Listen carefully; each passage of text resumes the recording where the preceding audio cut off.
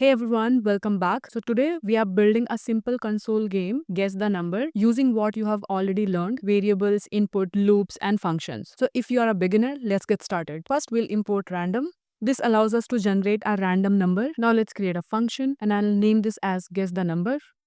And our function block starts from here. So we'll first generate the random number and let's take a variable to store that number. So I'll take a variable as number and then we'll use a method of this module.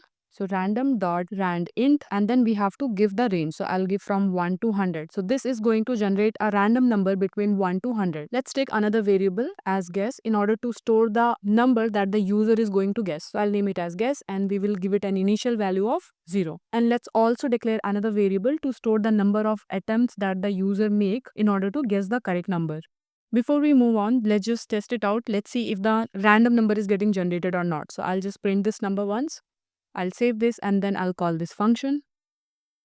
Let's save and run. So we see a number. If I run it again, we see a different number. So the random number is getting generated. So we are good till now. Now let's move on to the function. So here I'll give a print statement and I'll say I'm thinking of a number between 1 and 100. Now we'll run a while loop and the number that user enters, that's where we are going to store that number, right? So the number which user enters, if that number is not equals to the number that is generated, the random number, that is when we are going to go inside this loop. And here we'll take the input from the user, so guess, and I'll type in as take a guess. And as we know that this function takes any input in the form of string, but we want a number, so we will convert that here itself into an integer value. Let's also write few conditions to help user guess the right number. So I'll type in if guess is less than the random number which is generated, then we'll give a message saying too low, enter a higher number. And then we'll put an elif condition. If the number guessed by the user is greater than the random number, we'll print a message saying too high,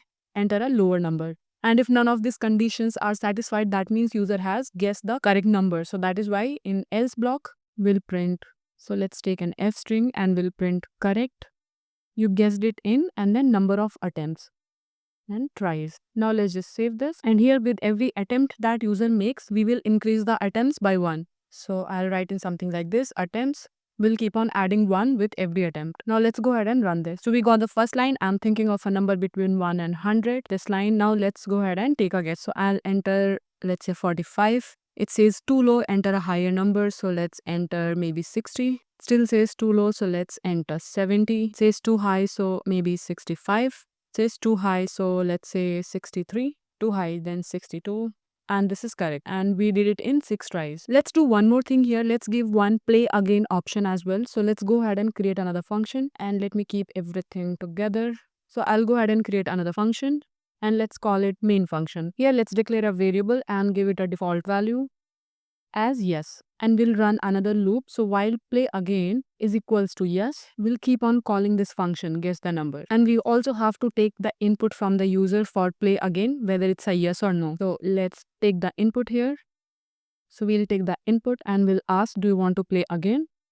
And let's give an option for yes or no. And let's also print a message once the user selects no, because still it is yes, it will keep on calling this function. So once the loop exits, we'll just print a message saying thank you for playing.